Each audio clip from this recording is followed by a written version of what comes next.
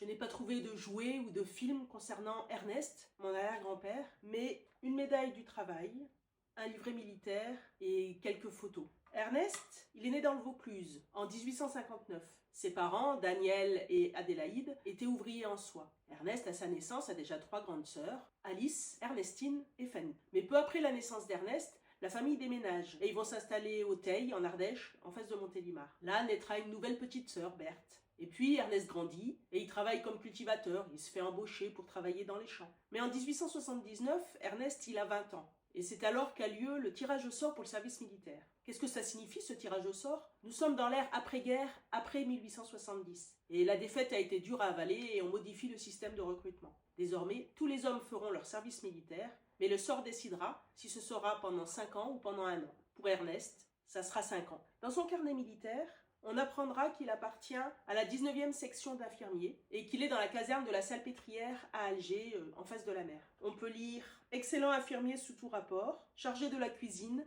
infirmier de confiance, bien zélé ». Il est aussi écrit sur son livret qu'il sait lire et compter. Et on a également une description physique de lui. Ernest est châtain foncé, il a une fossette au menton, il mesure 1,65 m et il a des traces de la petite vérole. Il a aussi un certificat de bonne conduite, fait à Alger. Selon le service militaire est terminé, alors notre Ernest retourne au Teil et il reprend son métier d'agriculteur. Il a 25 ans. Mais la même année, son père Daniel meurt. Et dans les 5 ans qui vont suivre, il va perdre aussi sa grande sœur Alice et sa mère. Pendant qu'il était en Algérie, une de ses sœurs, Ernestine, a eu un fils, Albert, mais sans être marié. En 1894, il a 34 ans et il se marie avec Marie-Angelina, mon arrière-grand-mère. Ils auront l'année suivante une fille unique, Maria.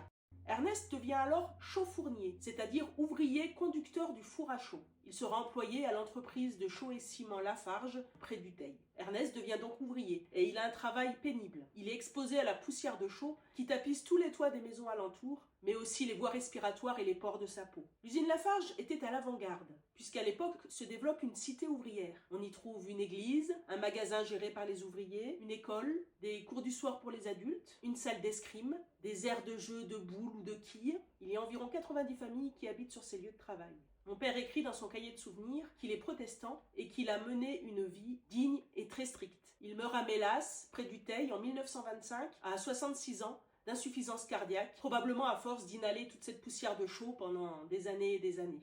Mon père n'a pas connu son grand-père maternel, il est décédé 1 an avant sa naissance. Voilà, une vie dure et simple, comme il y en a eu tant. Si tu veux découvrir d'autres histoires de ma famille, abonne-toi.